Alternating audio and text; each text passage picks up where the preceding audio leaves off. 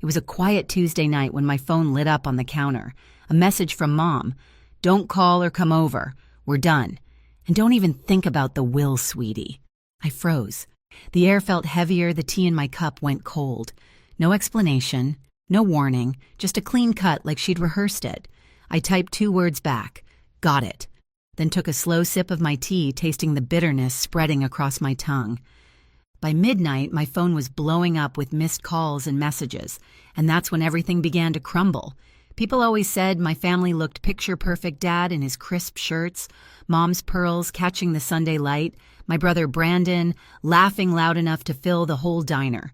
From the outside, we were the American dream family of Tulsa. But every dream looks perfect until you see the cracks under the paint. Dad Stephen Hayes built his empire one greasy kitchen at a time. The man could turn a broken-down diner into a full restaurant by sheer willpower and pride. He was the kind of father who believed respect was earned by obedience, not love. "The restaurants are our legacy," he used to say, pointing a fork at me over dinner. "You'll learn the business, Susan." I never wanted the business. I wanted light color and space, not the smell of frying oil. I wanted to design to build something that felt alive. When I told him I'd been accepted into an art school in Chicago, he laughed like I'd just told him a joke. "If you walk away from this family's work," he said, "you walk away from our support." He meant it.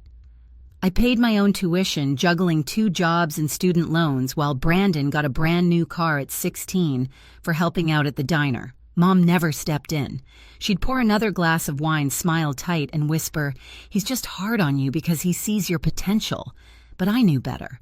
She saw what I saw. Brandon was the golden boy, the one they'd already crowned heir. Years passed. I built my design firm from a 1-bedroom apartment. Word spread fast. By 30, I was redesigning boutique hotels and luxury restaurants across Oklahoma. But at every family dinner, it was still about Brandon, his new project, his big ideas, my work. "Cute," Dad would say, barely looking up. When Mom got sick 5 years ago, I didn't hesitate. I paid for her treatments, her travel, every bill. When Brandon's new business venture failed, I wired $30,000 to clear his debts. When Dad's restaurant needed new equipment, I covered it.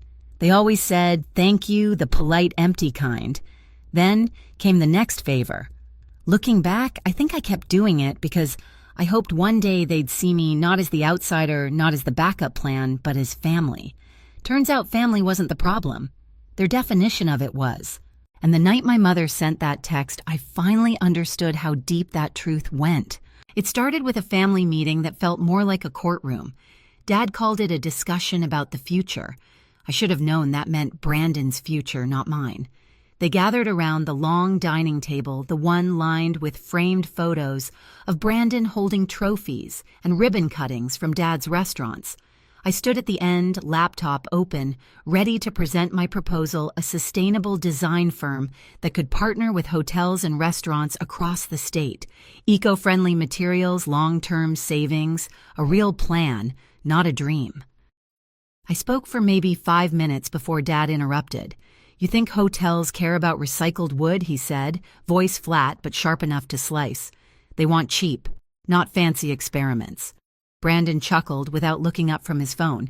"Yeah, why don't you stick to decorating houses, sis?" Mom stood by the counter, pretending to rearrange napkins, avoiding my eyes. My hands trembled under the table. "It's not decoration," I said quietly. "It's design. It saves money, and it's the future." Dad leaned back, arms crossed. "We're not throwing money away on your pipe dream. Brandon's opening a new location that's our priority." Something inside me cracked. Years of sacrifice, the bills I'd paid, the nights I stayed awake worrying about Mom's treatments, all of it meant nothing.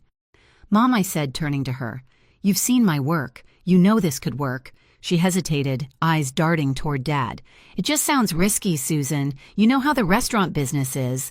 Her words landed harder than his insults. Risky. That was the same thing he'd said when I wanted to go to college. Then out of nowhere, Tara, Brandon's wife, spoke. Her voice was soft, but it cut through the tension. "I think it's innovative," she said. "Sustainability is a big deal now." Brandon shot her a look that could have frozen fire. She shrank back into silence. Dad waved a hand, dismissive. "Enough. Meeting over." As I packed up my laptop, I caught Tara's eyes.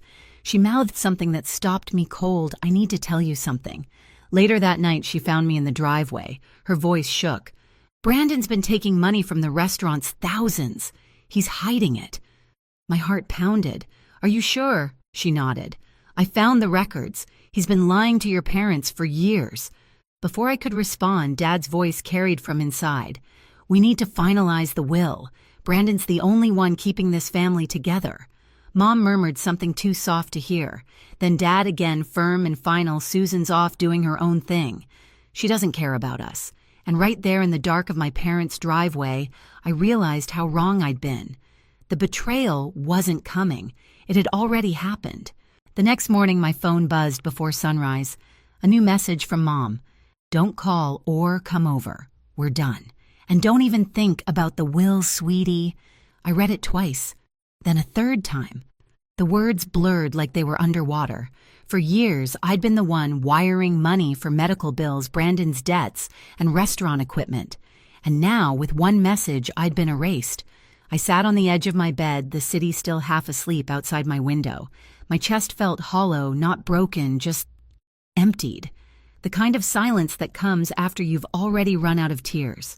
I typed back 2 words. "Got it." No period. No explanation. Just 2 words. Then I set the phone down and walked to the kitchen. The tea kettle hissed softly. I poured the tea, the steam curling against the dim morning light. I lifted the cup, took a slow sip, and for the first time in years, the quiet didn't scare me. It felt like control. I opened my laptop. My banking app blinked awake. One by one, I canceled everything. Mom's hospital payments gone. Restaurant supply bills canceled. Brandon's loans stopped cold. Each click echoed in the apartment like a door closing. I wasn't crying. I wasn't shaking. I just felt lighter. For the first time, my money wasn't feeding their silence. It was buying my freedom. By noon, my phone started ringing. Mom first, then Dad, then Brandon. I didn't answer. I couldn't. Not because I was angry, because I finally understood how much power I'd given them. The screen lit up again. Another call, then another. By evening, there were 20 missed calls, 5 voicemails, and a string of texts. "You're tearing the family apart. How could you do this to your mother? You'll regret this, Susan." I didn't reply. I just turned the phone face down. When the clock hit midnight, it started again, a storm of notifications, buzzing and flashing like fireworks. And as I sat there, tea cooling beside me, I realized something simple and brutal. They didn't want me. They wanted the help. The version of me that never said no, that paid the bills and kept the lights on. That version of me was gone. I looked out the window, the city glowing gold in the distance. Somewhere a car alarm wailed, then fell quiet. "I'm done," I whispered, not to them but to myself. And for the first time, I actually believed it. By morning, the storm hadn't passed, it had only changed shape. 37 missed calls, 11 voicemails, dozens of texts stacked like threats waiting to be opened. I made breakfast like nothing happened. The smell of toast filled my apartment while the phone kept lighting up beside the sink. I didn't pick it up until one voicemail from Dad appeared with the word urgent. I hit play. His voice came through sharp, commanding. "You need to fix this, Susan. The restaurants can't survive without your help. You owe us that much." Oh, the word hit me like an insult. I'd covered hundreds of thousands over the years, my savings, my work, my time, and now it was a debt. Another voicemail. Brandon this time. "You think you can just walk away? You're selfish. You're leaving Mom in tears." Then Mom's voice, soft, trembling. "Please, Susan, don't do this to me. After everything we've been through." I pressed my palms against the counter, the cool marble grounding me. They weren't reaching out for forgiveness. They were reaching out for control. By noon, Tara called. Her voice was low, urgent. "They know I told you about the money," she said. "Brandon's furious. He's trying to spin it like you made it up." "Don't worry," I told her. "I'm done explaining myself." That night, I couldn't sleep. I sat by the window phone, glowing beside me, unread messages piling up. I should have blocked them. Instead, I watched them come in, each one a reminder of how desperate they were without my support. By the end of the week, I agreed to meet them, not to reconcile, just to end it properly. The cafe was one of the few places in Tulsa where no one knew our family. The air smelled like roasted beans and rain. They were already there when I walked in, Dad arms crossed. Mom pale but composed. Brandon fidgeting with his phone. Tara wasn't there. Dad didn't waste a second. You've caused a disaster, Susan. The bills are overdue. Vendors are threatening to sue. I set my bag on the chair, my voice calm. That's not my problem anymore. Brandon leaned forward, sneering. You think you're better than us now, don't you? Just because you play with paint and fancy furniture? I met his stare. Design, Brandon. The word you're looking for is design. He laughed, shaking his head. You've always been dramatic. You love attention, I cut him off. You stole from the restaurants. The words stopped him cold. Dad's brow furrowed.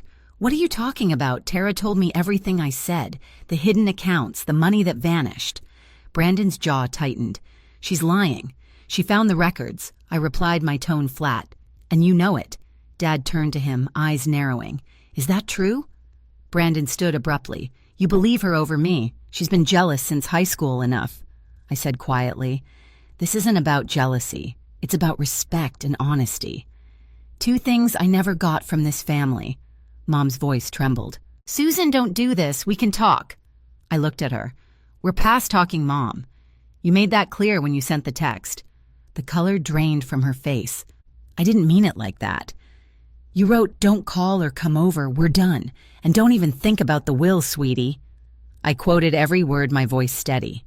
You meant it exactly like that. The cafe had gone quiet. Even the barista paused mid-motion. Dad cleared his throat. You've always been too sensitive. I smiled faintly. And you've always mistaken cruelty for discipline. For the first time, I saw a flicker of uncertainty in his eyes. I reached into my bag, pulled out a neatly folded folder, and placed it on the table. I sold my sustainable design project, I said. A national firm bought it for $1 million. They all stared at me. I built that without your help, I continued. No loans, no family money. Just me. Brandon's mouth twisted. Good for you. Want a medal? No, I said. I just want you to understand that I don't need this family anymore, and you don't get to call me when things fall apart. Dad's jaw clenched. You think that money makes you powerful? I leaned forward slightly. No. Walking away does. The silence that followed was heavier than any scream. Mom finally spoke, tears welling in her eyes. We're still your family. Family doesn't use you like an ATM, I said softly. Family doesn't write you off when you stop paying. Brandon slammed his fist on the table. You're pathetic. You think you can just cut us out? I met his anger with calm. Funny. That's exactly what you did to me. He opened his mouth again, but I stood before he could speak. I'm not your safety net anymore, I said. Not your backup plan, not your excuse. Dad's voice rose. You'll regret this, Susan. I turned one hand on the chair. Maybe. But at least I'll regret it on my own terms. As I walked toward the door, I heard Mom whisper behind me, Please, Susan, don't do this. But I didn't look back. The door chimed softly as it closed behind me. The air outside was cool, the sun low on the horizon, painting the street gold. My phone buzzed again in my pocket, but I ignored it. When I reached my car, I finally let out a breath I hadn't realized I'd been holding. Through the cafe window, I could still see them, 3 silhouettes arguing among themselves, their voices muted by glass. I wasn't part of that noise anymore. I took out my phone, scrolled through the messages, and pressed delete all. The screen went blank. Quiet, clean. I started the engine, the radio humming softly. For the first time, I wasn't driving away from them.